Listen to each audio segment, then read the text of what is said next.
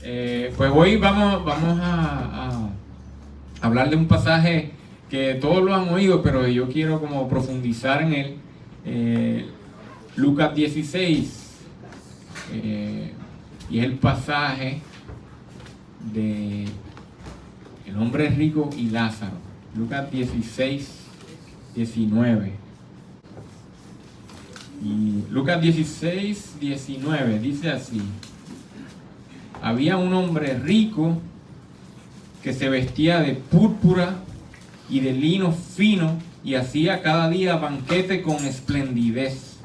Había también un mendigo llamado Lázaro que estaba echado a la puerta de aquel lleno de llagas y ansiaba saciarse de las migajas que caían de la mesa del rico, y aún los perros venían y le lamían las llagas. Y aconteció que murió el mendigo y fue llevado por los ángeles al seno de Abraham, y murió también el rico y fue sepultado. Y en el Hades alzó sus ojos, estando en tormentos, y vio de lejos a Abraham y a Lázaro en su seno. Entonces él, dando voces, dijo: Padre Abraham, ten misericordia de mí y envía a Lázaro para que moje la punta de su dedo en agua y refresque mi lengua, porque estoy atormentado en esta llama. Pero Abraham le dijo: Hijo, acuérdate que recibiste tus bienes en tu vida y Lázaro también males, pero ahora este es consolado aquí y tú atormentado.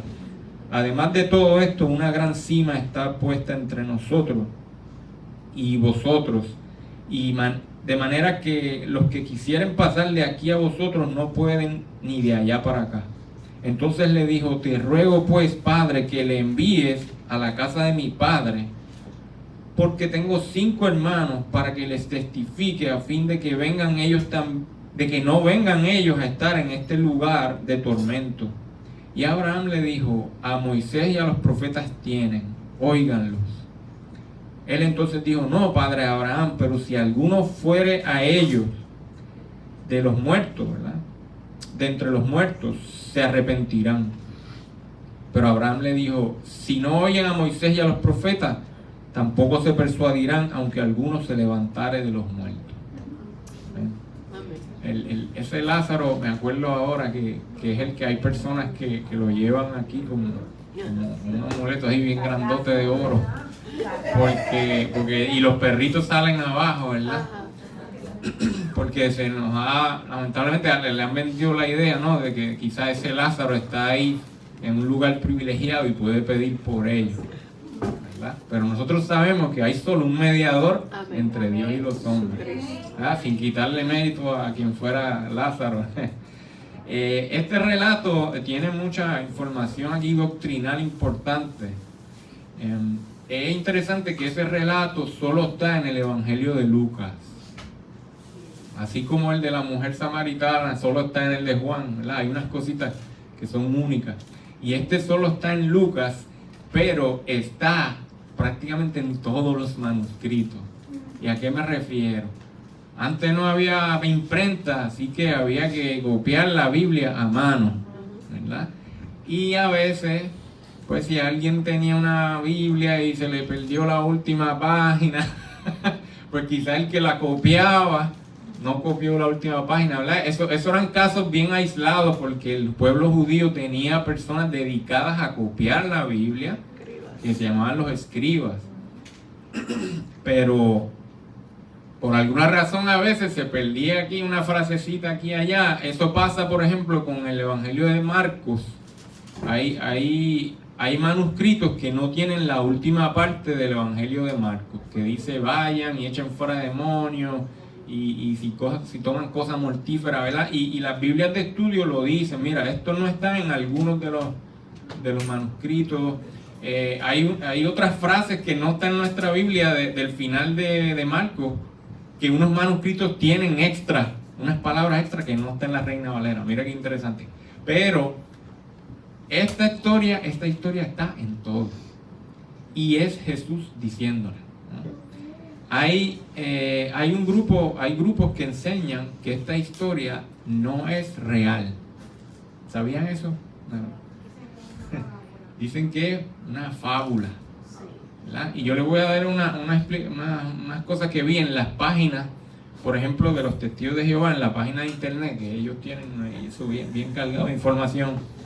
Dice así: el hombre rico y Lázaro son dos personajes ficticios de una historia que Jesús contó.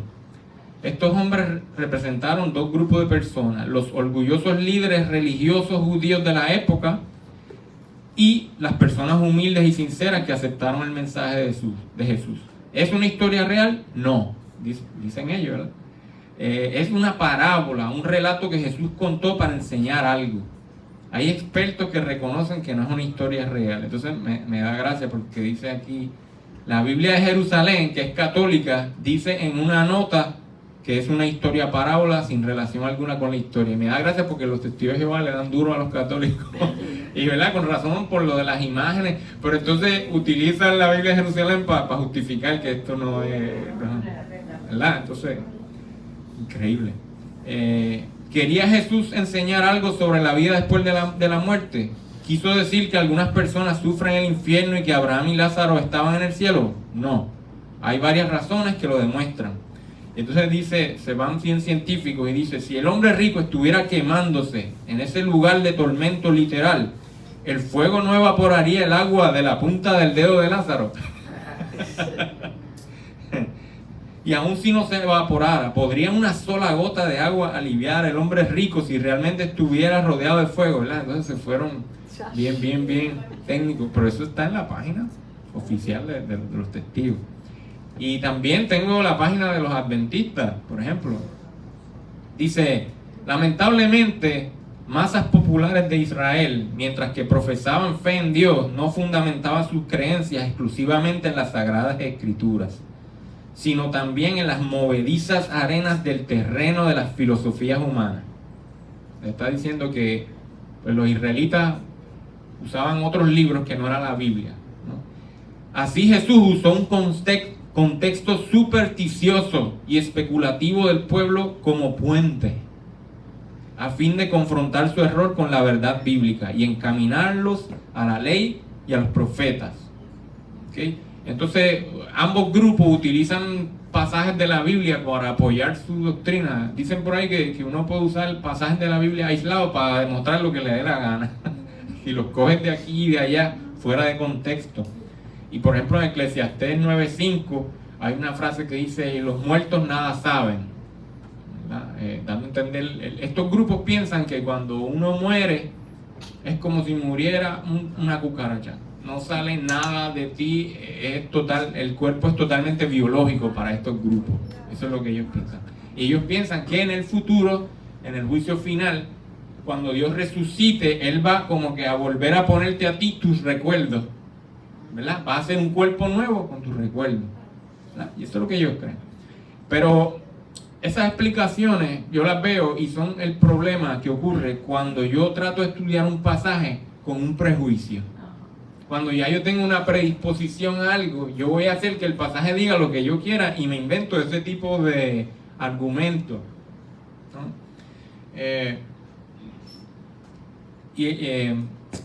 Pero vamos nosotros ahora a ver, así como ellos hicieron preguntas, vamos nosotros a hacer una pregunta. Y la vida después de la muerte es una cosa sumamente delicada, ¿verdad? Es algo bien importante porque ¿qué pasa cuando partimos de este lugar?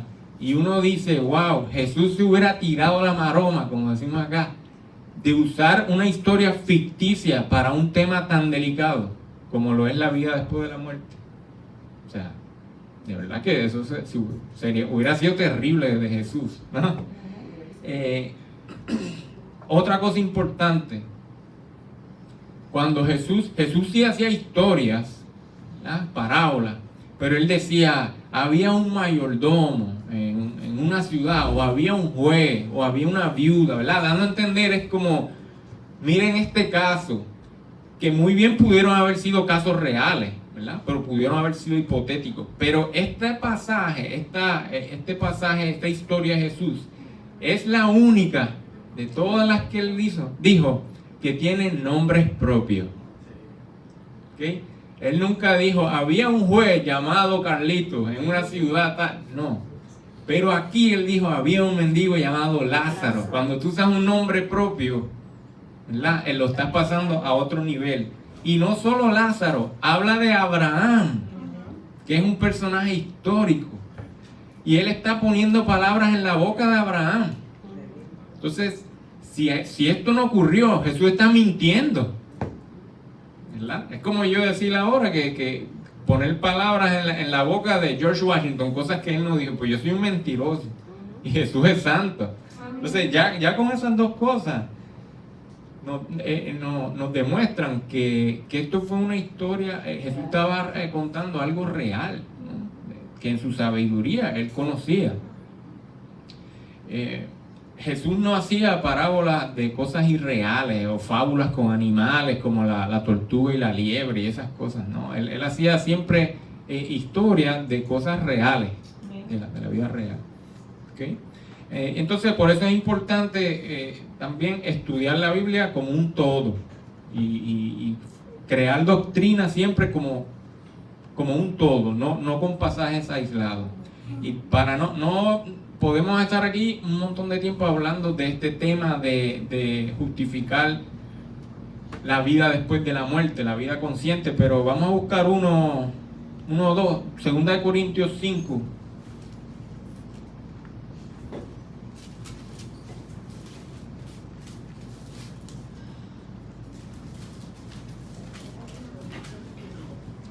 Segunda Corintios 5, el primer versículo. Ya este es Pablo, ¿verdad? Hablando, dice, porque sabemos que si nuestra morada terrestre, este tabernáculo, ¿qué está hablando? Este tabernáculo, esta caseta de campaña, este cuerpo, se deshiciere, tenemos de Dios un edificio, una casa no hecha de manos, eterna en los cielos. O sea que ya aquí Pablo está reconociendo que yo no soy mi cuerpo. Yo soy algo más allá que vive en un cuerpo. Y cuando este se deshiciere, yo tengo a dónde ir. ¿Okay? Y el 6 dice, así que vivimos confiados siempre y sabiendo que entre tanto estamos en el cuerpo, estamos ausentes del Señor, porque por fe andamos, no por vista, pero confiamos y más quisiéramos estar ausentes del cuerpo, presentes al Señor. De nuevo, esa idea de que yo no soy mi cuerpo. Y este tipo de pasajes así están en toda la Biblia que derrumban esa idea, ¿no? De que nosotros somos puramente biológicos, ¿verdad? Existe algo más allá, hay un espíritu. Recordamos también cuando a Jesús le cuestionaron de la resurrección, los saduceos, eso está en Lucas 20, y él le dijo, ¿qué dice la Biblia? No dice la Biblia que Dios es el Dios de Abraham, de Isaac y Jacob, ¿verdad? Y él le dije, pues Dios no es Dios de muertos, Dios es Dios de vivos, porque para Él todos viven. Amén. Para Él están vivos. Y ahí los cayó con eso. Okay, pero ahí es donde, ¿verdad? Y sin atacar mucho, pero estos grupos a veces no cogen toda la Biblia, cogen solo de la parte que apoya su doctrina en esa área. Y eso es peligroso. ¿Okay? Así que nosotros damos esta historia como cierta, como real, y por tanto podemos sacarle doctrina, ¿verdad? Y sacarle enseñanza. ¿Okay? También el pueblo, ¿se acuerdan que Samuel... Cuando Saúl estaba perdiendo la guerra, mandó a consultar a Samuel, que había muerto, ¿verdad? Y usó una medium espiritista, que estaba prohibido. Jesús dice, en el Antiguo Testamento hay mandamiento que dice, no consulten los muertos. Entonces, la historia muestra como que Samuel se presentó, y aún dentro de la fe evangélica hay dos vertientes. Hay unos que dicen, mira, eso no era Samuel, eso era un demonio, ¿verdad? Y otros dicen, mira, sí, quizá Dios permitió que Samuel viniera. Hay dos puntos de vista, pero por encima de eso está la noción de que el pueblo sabía que había vida más allá después de la muerte. O sea, si Saúl era rey de Israel, o sea que no era cualquier persona, y el rey sabía que Samuel estaba vivo en algún lado, ¿verdad? A diferencia de los que quieren presentar que cuando uno muere se acabó todo, no vas a un lugar de descanso, no existe nada. ¿Okay? Entonces, por otra parte, tenemos que admitir, y se puede buscar en internet y lo que va a encontrar son especulaciones y cosas, pero es difícil y por eso no se ha probado científicamente que el espíritu exista. ¿Alguien ha escuchado de una prueba, verdad? Que no, es por fe. Alguien una vez se aventuró, un doctor en el 1907, se llama Duncan McDougall. Entonces él cogía unas personas que estaban muriendo y los pesaba antes y después, a ver si pesaban menos. Y dice, pues porque si hay un espíritu, quizá el espíritu pesa. Y entonces él hizo, parece que el experimento tan mal que llegó a la conclusión que el alma pesa 21 gramos. Y hay una película que se llama así, 21 gramos, que tiene que ver con eso, pero esa ya es otra vertiente, personas, ¿verdad?, tratando de usar métodos así extraños para probar algo que es por fe, ¿no?, y que es espiritual, pero la ciencia no lo ha podido probar, pero la ciencia reconoce que hay unos misterios tremendos en cuanto al humano, en cuanto a su funcionamiento. Porque si bien es cierto que nuestro cerebro está súper bien hecho, ¿verdad?, y que es un poco superior al de los humanos, al de los otros animales, pero a la misma vez es muy parecido. Y cuando hay algo que se llama la razón de cuánto pesa el cerebro de un animal, ¿verdad?, versus su cuerpo. ¿Y por qué eso es importante? Porque yo digo, bueno, hay un animal que tenga el cerebro más grande que nosotros, que los humanos. Y vamos a decir, bueno, las ballenas tienen un cerebro gigante, pero es porque tienen un cuerpo gigante también y tienen que mandar nervios a todas esas áreas. Pero cuando uno divide el peso del cerebro de la ballena entre la ballena completa, esa razón es un número, un ratio, lo que llaman. Es menor que el nuestro. O sea que nosotros tenemos un cerebro más grande para el cuerpo que tenemos. Pero ¿sabe quién tiene una razón de cerebro a masa como nosotros? Los ratones. Por eso los ratones son tan brillantes, ¿verdad? Porque Dios le dio mucho cerebro para el cuerpo que tienen. ¿Ok? Pero aún así hay cosas de los humanos que no se explican con el cerebro y la ciencia los reconoce. Por ejemplo, nuestra capacidad de lenguaje. O sea, ni aún los ratones logran comunicarse como nosotros. Esta capacidad de expresión, de escribir, ¿verdad? Los chimpancés y todos esos animales que se parecen a nosotros tienen manos también, pero ninguno escribe, ¿verdad? Ninguno razona más allá. Nosotros... cosas como mentir. ¿Usted ha visto un animal mintiendo? O sea, tratando de decir algo que no es. O perdonar. O el dar algo desinteresadamente. O sea, usted va a ver, aparte del instinto maternal de los animales, de la mamá, de que tiene un instinto de cuidar a su... Pero usted ve perros compartiendo comida con el otro porque sí, no, porque es que lo quiero. Esas cosas, y hay otras, ¿no? El planificar a largo plazo. Los humanos podemos soñar, ir más allá, decir, me voy a mudar de país. ¿Entiendes? Son cosas que el resto de los animales no hacen. Y son cosas que se explican con el hecho de que haya algo más dentro de nosotros, que no es solo nuestro cerebro, que haya un espíritu. ¿Ven? Y todas las cosas que a veces que sentimos, que discernimos, el espíritu, las visiones que se tienen. O sea, eso la ciencia no lo puede explicar.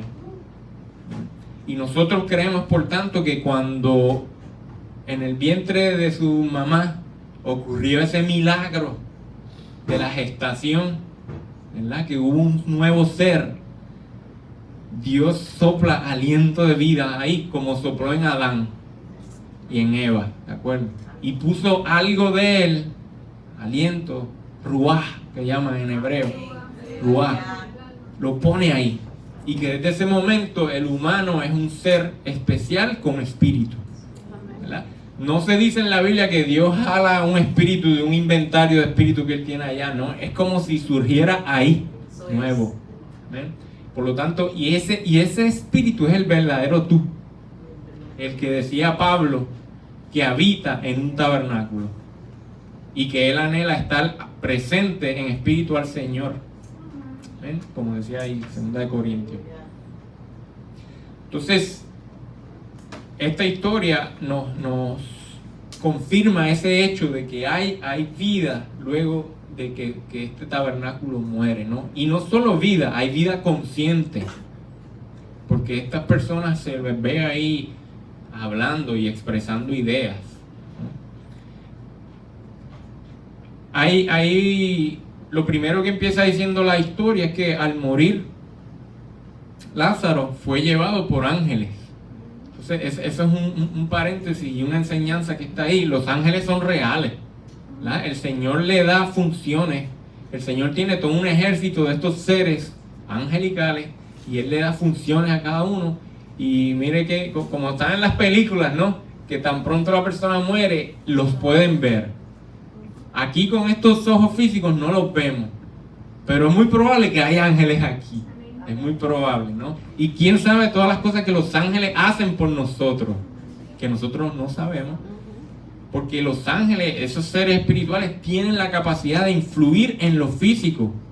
Así como le cerraron la boca a los leones que se iban a comer a Daniel, ¿verdad? De alguna forma influyen en los animales y pueden cambiar las cosas a nuestro favor. Amén.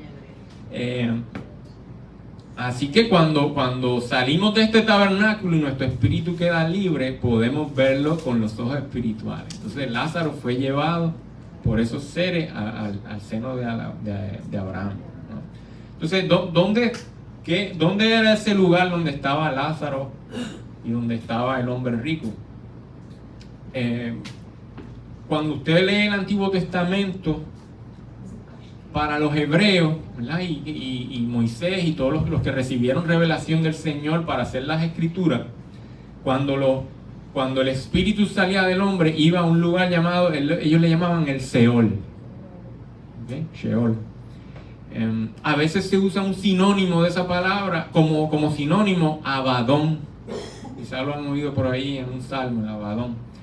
Pero ese era el lugar, ¿no? Cuando las personas morían, dice la palabra, y descendió su alma al Seol, ¿verdad? Descendió al Seol, que era ese lugar donde estaban los espíritus en descanso, en espera, ¿no? ¿Qué pasa? Que cuando tradujeron el Antiguo Testamento al griego, la versión que se llama la Septuaginta, es una versión que hicieron 70 personas, se cambió la palabra Seol por la palabra Hades. El Hades viene de la mitología griega. ¿Sabes? Esa mezcolanza que ellos tienen de Zeus, Hércules y toda esa cosa. Pues había uno que se llamaba Hades, que era el dios del país de los muertos, y también se le decía a ese lugar, al lugar donde estaban los muertos, se le decía el Hades.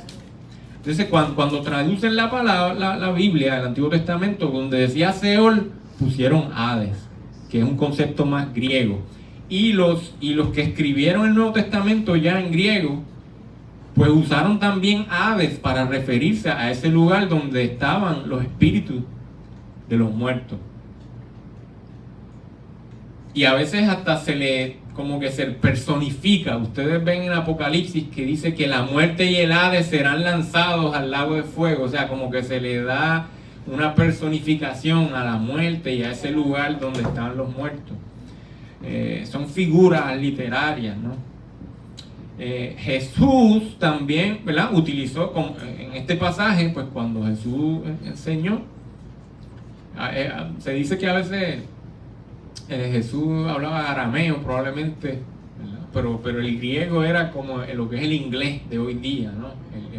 El idioma del mundo era en ese momento era el griego, porque los romanos lo adquirieron y los romanos se habían quedado con todo el mundo. Así que Jesús se refirió también a ese lugar, Pero Jesús también cuando usaba, muchas veces usó una palabra que se llama el Gehenna, ¿okay? Gehenna. Y esa palabra literalmente significa el valle del hijo de Hinnom, que es donde Jerusalén depositaba su basura y los animales que morían. Era como el vertedero, el crematorio, ¿verdad? Recuerda que estas ciudades amuralladas tenían desechos y había que todo ponerlo en algún sitio para quemarlo, y a ese lugar le decían el Gehenna, ¿okay? Y Jesús usa esa palabra, pero era para significar un lugar de tormento donde iban a ir las personas malas. O sea, ¿recuerdan cuando Jesús muchas veces decía, allí será el llanto y el crujir de dientes? Y esa palabra en nuestra Biblia aparece como infierno, pero en el original es Gehenna. Entonces Jesús usaba esa figura del lugar de vertedero donde va la basura, y para significar también un lugar de tormento a donde irían las personas que no amaban a Dios, decir a Dios.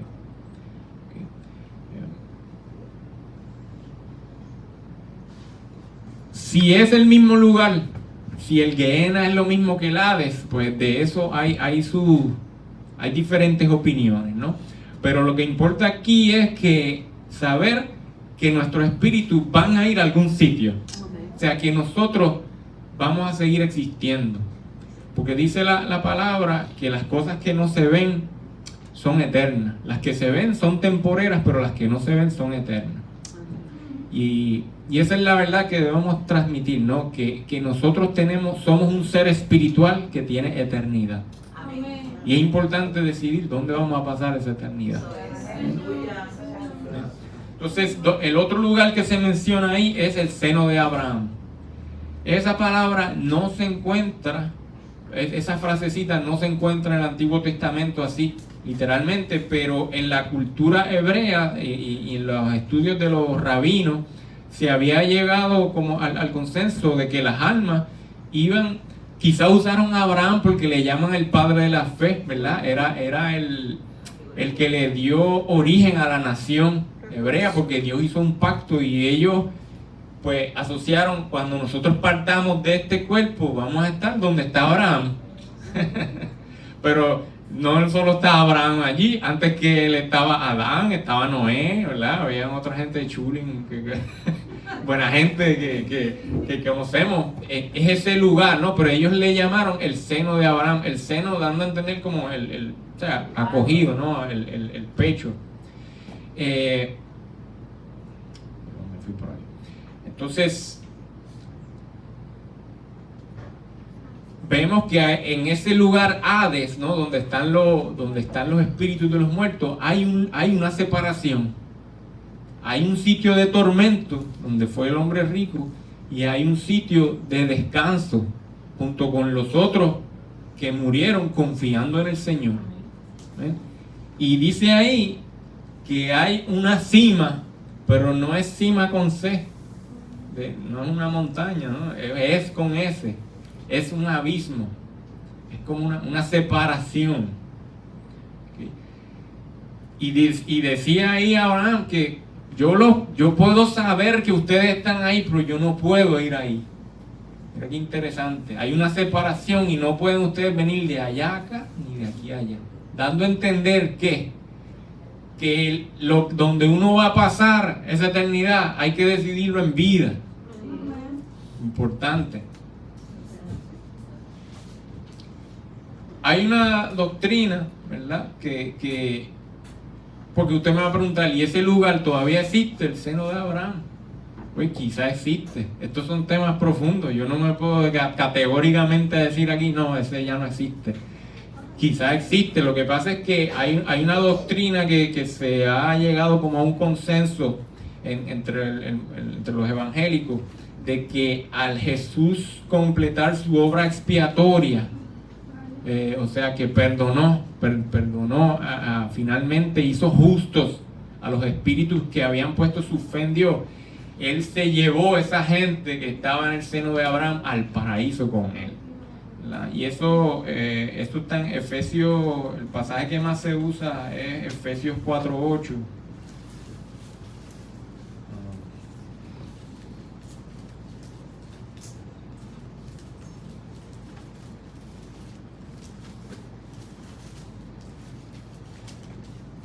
Efesios 4:8 dice, por lo cual se dice, subiendo a lo alto, llevó cautiva la cautividad y dio dones a los hombres. Eso está citado del Salmo 68.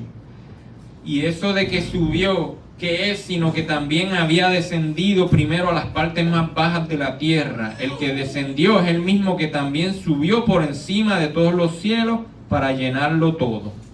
¿Okay? Y está hablando de Jesucristo, ¿no? Hay otros lugares en Primera de Pedro 3 y Primera de Pedro 4 que se habla, bueno, déjame decirlo como tal, Primera de Pedro 3:18 y Primera de Pedro 4:6 habla también de que Cristo al morir fue como a esas profundidades espirituales de la tierra y predicó. Dice que predicó a espíritus encarcelados, ¿no? Y también hay una frase que dice, por eso ha sido predicado el evangelio a los muertos. Está este concepto de que Jesucristo, que la obra que Él hizo, no acabó allí. Esos 3 días en que Jesús estuvo en la tumba, estaba trabajando. Estaba haciendo cosas en el ámbito espiritual, ¿no? Y hay ese consenso de que Jesucristo se llevó a esa cautividad, por decir, esa gente que estaba en espera en el seno de Abraham, los llevó con Él. Pero ¿sabe qué? Aun si eso no pasó así, los del seno de Abraham están bien también, están en descanso, ¿verdad? No están en tormento. O sea que vayamos directo al paraíso o vayamos al seno de Abraham, estamos bien, estamos guardados por Dios. Estamos en descanso hasta que se cumpla el juicio final.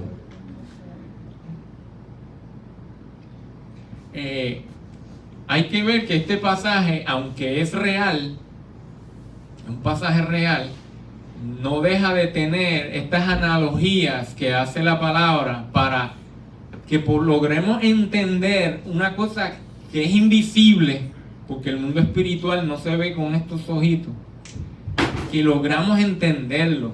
Y por eso es que ahí se habla de la punta de la lengua, de que me estoy quemando. O sea, la realidad es que cuando nos vamos a este cuerpo ya no tenemos lengua, ¿verdad?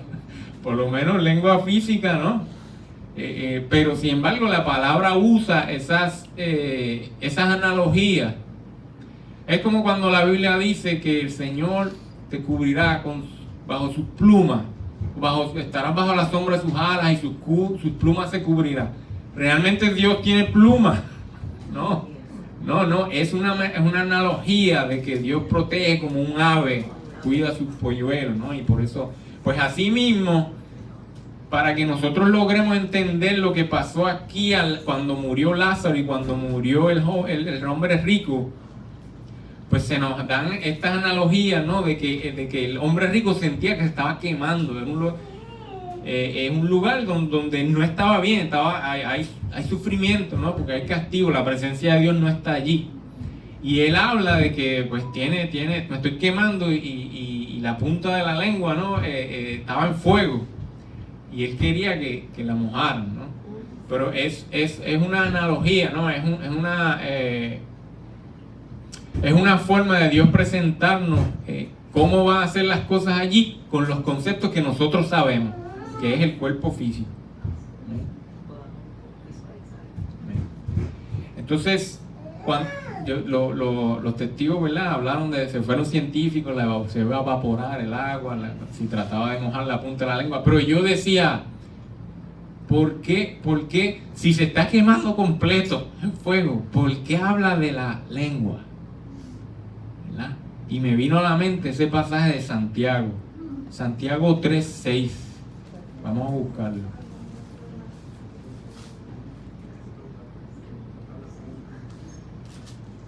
Dice Santiago 3:6-8. La lengua es un fuego Es un mundo de maldad. La lengua está puesta entre nuestros miembros y contamina todo el cuerpo e inflama la rueda de la creación, y ella misma es inflamada por el infierno. Porque toda naturaleza de bestias, de aves, serpientes, seres de mar se doma y ha sido domada, pero la naturaleza humana, por la naturaleza humana, perdón. Pero ningún hombre puede domar la lengua, que es un mal que no puede ser refrenado, llena de veneno mortal. Wow.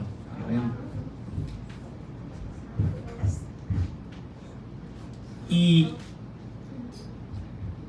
esa parte que dice es inflamada por el infierno, ¿usted no la ha pasado? A mí me pasó tan frecuente como ayer, que usted está en una peleita con alguien y de momento te dicen algo que te hiere mucho y tú tienes una cosa ahí que va a salir, que tú dices, si digo esto lo va a herir más. Eso es ser inflamado por el infierno. Pero ¿sabe qué? Muchas veces uno lo dice, pero ayer me aguanté. Estoy aprendiendo a domarla. Porque ahí, yo quería decir eso, pero todavía lo quiero decir todavía. Pero yo sabía que eso lo que iba a traer era un desastre, que no lo puedo volver a recoger.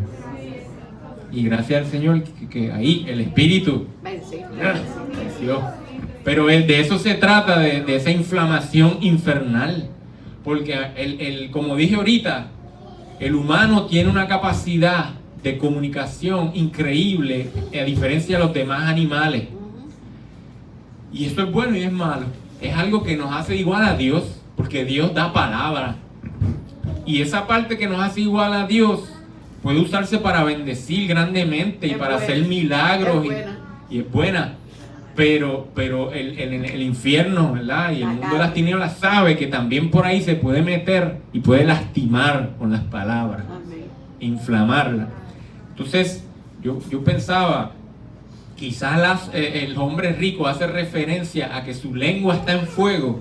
¿Por qué? Porque es esto lo más juicio que está recibiendo, ¿no? Por todas esas palabras quizás que estuvieron mal y que él dijo. Así que a pesar de todo el cuerpo está en el infierno, ¿no? Todo su ser espiritual, él se recordaba de sus palabras, ¿verdad? Dice Mateo 12:35.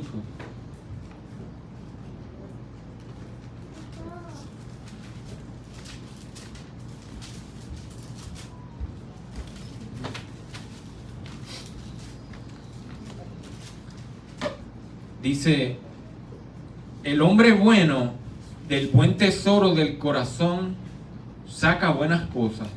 El hombre malo del mal tesoro saca malas cosas.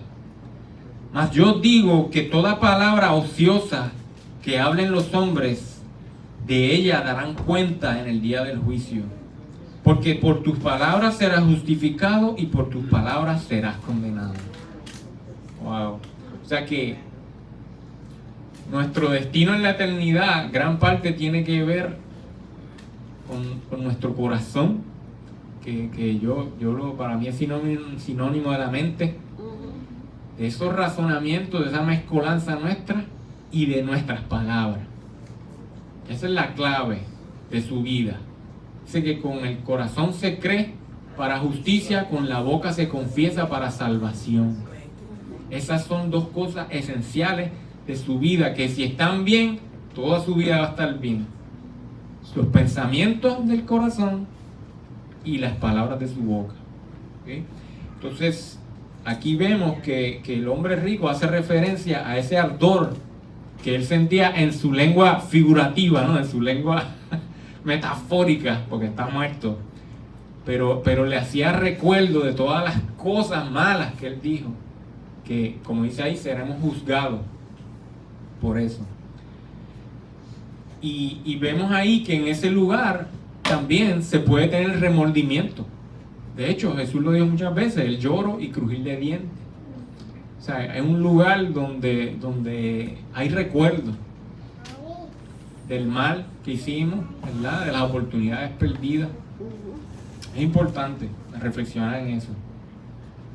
Entonces, vamos a finalmente decir por qué el rico estaba donde estaba y por qué Lázaro estaba donde estaba. Y esto es una parte que se puede malinterpretar. Porque el rico no estaba en el infierno por ser rico, ni Lázaro estaba en el seno de Abraham por ser pobre. Eso se ha malinterpretado y en la historia lo han utilizado muchas veces los ricos, ¿verdad?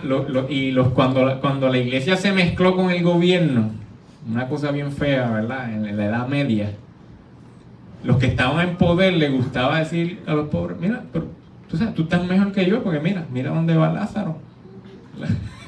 Para perpetuar el poder en los ricos, ¿verdad? Pero yo le quiero decir que el hombre rico no estaba en el infierno por ser rico. Porque ¿sabe qué? Abraham era rico. Abraham era muy rico. En Génesis 13:2 va a poder ver todas las cosas, propiedades y animales y empleados que él tenía. O sea, y el rey David ni se diga. Ese fue rico en cantidad. Así que el hombre rico no estaba ahí por ser rico. Pero vemos al principio que se habla un poquito de que él hacía banquetes con esplendidez, teniendo gente en necesidad afuera que no le daba nada. Entonces el hombre rico estaba ahí más bien porque por los pecados de la avaricia, ¿no? De la falta de piedad,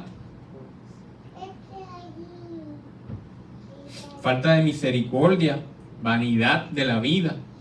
O sea, por eso eran los pecados que él estaba allí, no por tener bienes. Y Lázaro no estaba ahí por ser pobre también, porque no es que hay que ser pobre y mendigo y tener llaga para poder ir a estar con el Señor, pero tenía un corazón bueno.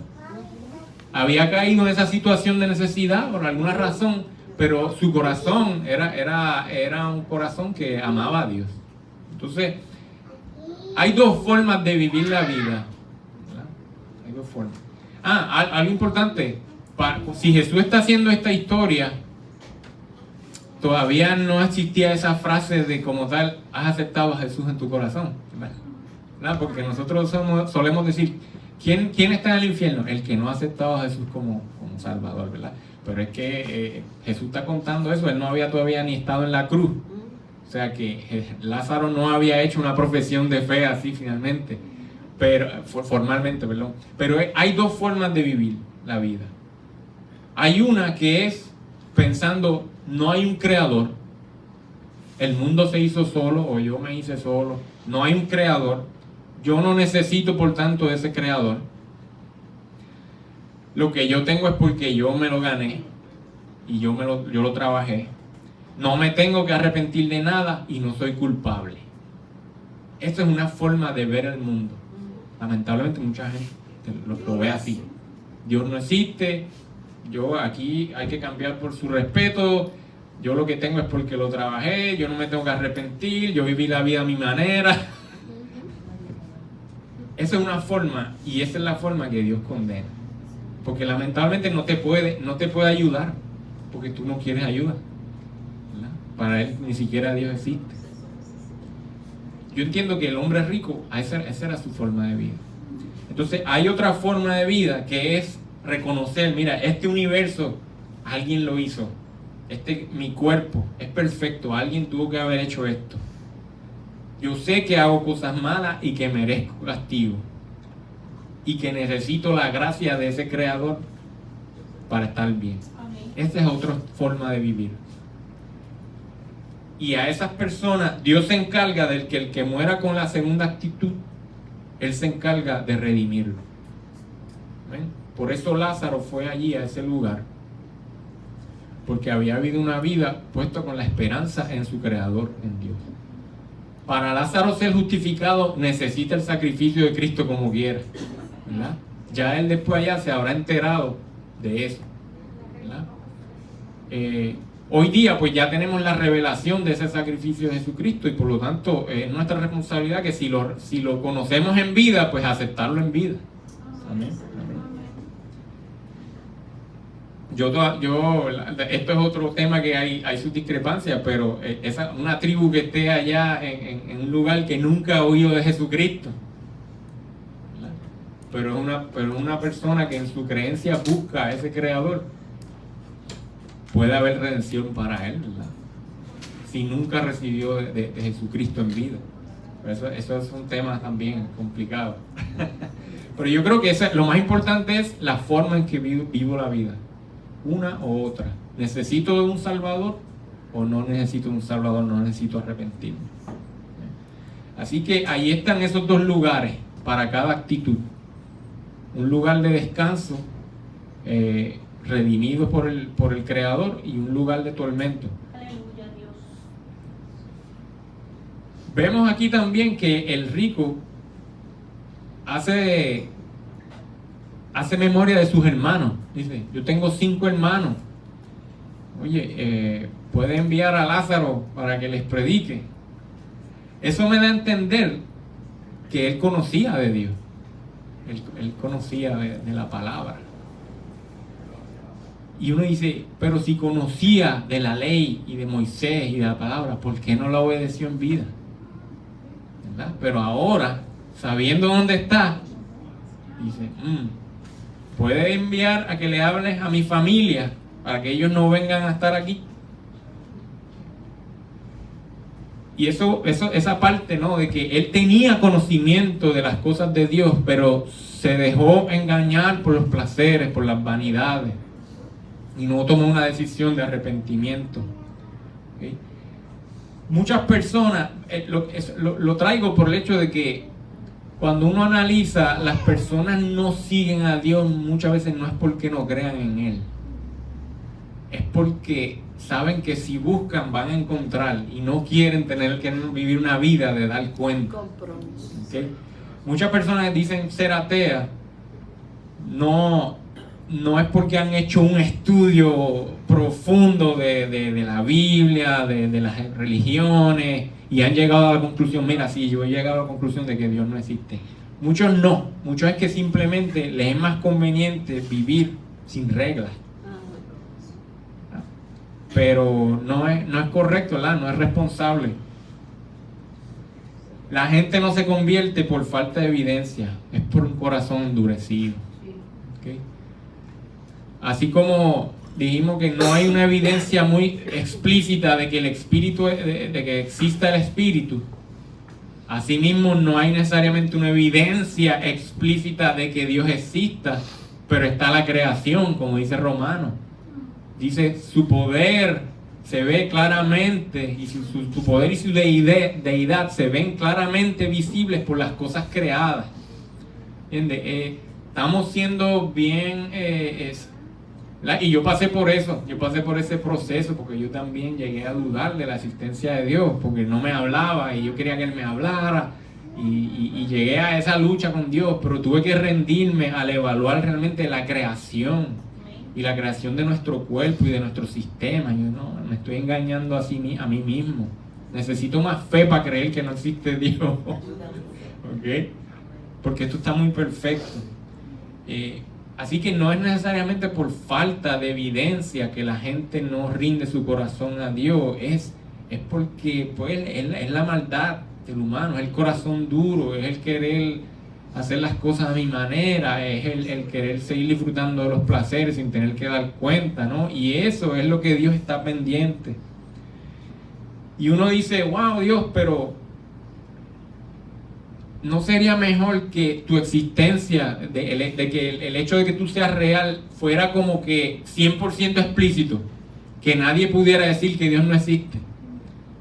¿Verdad? O sea, uno se pregunta, Dios, pero ¿por qué es así? O sea, ¿por qué este señor tuvo que esperar ahí a estar en el Hades para recordarse de que vivió mal y de que se lo dijeran a sus hermanos? ¿Por qué? O sea, ¿por qué no puede estar explícito de que Dios esté aquí en un lugar y diga, mira, sí, ese es Dios existe, está ahí, yo decía. Y yo meditaba en que Dios no quiere que nosotros le sirvamos porque el infierno existe. ¿Ok? Dios está buscando adoradores que le adoren en espíritu y en verdad. Él está buscando espíritus que lo amen, que lo amen, que quieran servirle porque lo aman, porque por quien Él es, no por el miedo al infierno. Porque si fuera por el miedo al infierno, se colaría gente que no ama a Dios ahí. ¿Verdad? La redención de los espíritus de los humanos está para aquellos que le creen, que le aman. Por tal manera, por tanto amó Dios al mundo que dio a su Hijo unigénito para que todo en el que Él cree no se pierda. Pero ese creer no es solo la existencia. Dice la palabra que los demonios creen en Dios y tiemblan. ¿Sí? Ese para que todo aquel que en Él cree, no es solo todo el que sepa que Jesús existió. Es que crea en Él, que quiero seguirlo. Creo en sus palabras, por tanto quiero seguirlo a Él. Él es mi Salvador, Él es mi Señor. Para eso es que Jesús murió en la cruz, ¿verdad? Y por eso quizás estas cosas de la existencia de Dios y del Espíritu se queda siempre con algo de la fe, como tú dices, es por fe, para que haya amor envuelto. Amén. Amén. Gloria a Dios. Para que no sea solo una decisión lógica, biológica. Amén. Gloria a Dios. Entonces, debemos preguntarnos hoy, ¿verdad? Yo estoy listo para cuando llegue este momento, el momento en que se cierren mis ojos, ¿verdad? Hace unos días estuvimos allí en el funeral de Neida, que hace unos meses se sentó ahí atrás y hoy no está. Así que puede ser cualquiera, pronto, ¿no? Puede ser pronto, puede ser muy lejano. Lo importante, estoy preparado para cuando se cierren mis ojos. Voy a ver ángeles que me lleven a la presencia de Dios. Santo Dios. ¿Verdad? ¿Cómo está mi corazón con Dios ahora mismo? ¿Cómo está mi perdón? He pedido perdón por mis pecados. ¿Estoy en la actitud de que necesito un Salvador, o estoy en la actitud de que yo no me arrepiento de nada? ¿Necesito perdonar a alguien? Que no tenga yo que acordarme en ese estado de tormento del que no perdoné. ¿Verdad? Hagamos esas reflexiones en vida, en vida física, ¿no? Porque sabemos que el Espíritu es eterno. Así que queremos orar, y si alguien el mensaje, ¿verdad?, le ha tocado y entiende que necesita tomar una decisión por Jesús hoy, podemos orar juntos. Vamos a pasar acá. Pero le damos gracias a Dios. Gracias por tu palabra, Señor. Gracias por esta historia que nos recuerda que el mundo espiritual es real y que un día tendremos que dar cuentas por lo que hemos hecho.